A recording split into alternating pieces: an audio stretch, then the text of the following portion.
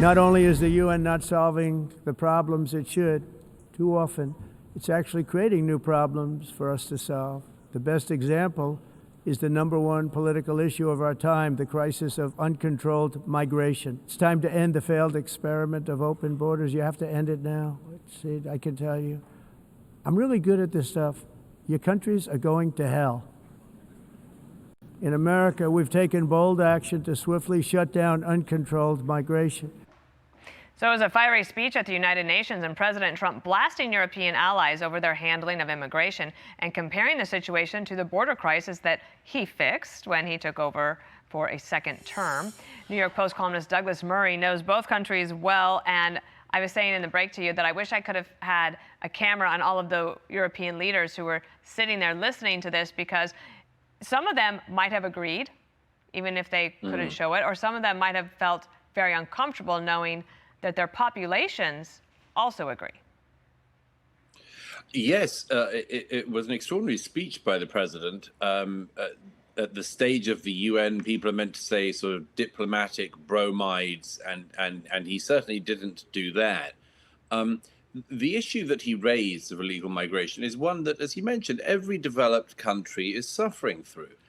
The interesting thing is that despite suffering through it with countries like the UK, France, and so on, having historic, unprecedented levels of illegal and legal migration, the extraordinary thing is that the leaders of those countries recognize that they have a problem, but they never face up to it. And they certainly never do anything to reverse it. Even purportedly conservative parties in most of these countries won't talk about repatriation or forced remigration of people who've broken into their countries. And of course, what Donald Trump is demonstrating in America is that this is not a necessarily one-way fatalistic issue. It's something which, if you do have a problem that's got out of hand, you can reverse. Whether or not his counterparts have listened or indeed even observed what President Trump has managed to achieve in this first year of his return to office, we'll see. Caroline Leavitt, the press secretary, was on with Jesse Waters last night, speaking to the broader message that she said the president was delivering. Listen. The president took a sledgehammer to the failing globalist world order. He talked about how all of these countries need to have pride in themselves like we do here in the United States of America. They should be proud of their own heritage and culture.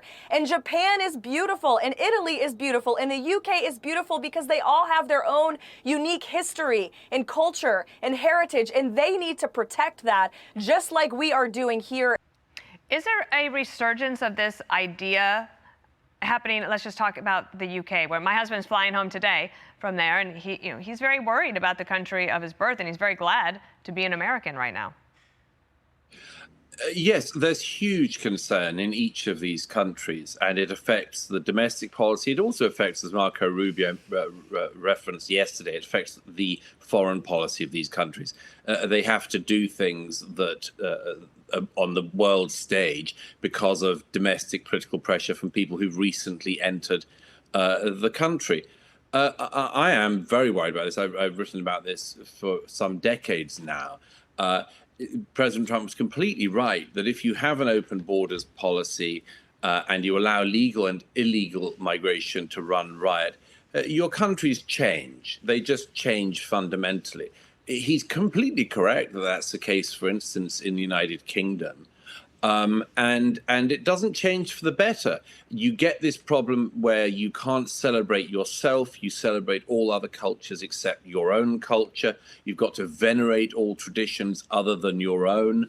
This is certainly the case in the UK, France. It's become the case in Canada and elsewhere. And as I've also said for many years now, this leads to another problem, which is if you don't love your country and if you don't love your history, I don't see that any country has a future. Yeah. Douglas, it's sobering and it was grim, but also President Trump's speech was very blunt and fascinating. Lots to dissect there. Thank you for being on our show.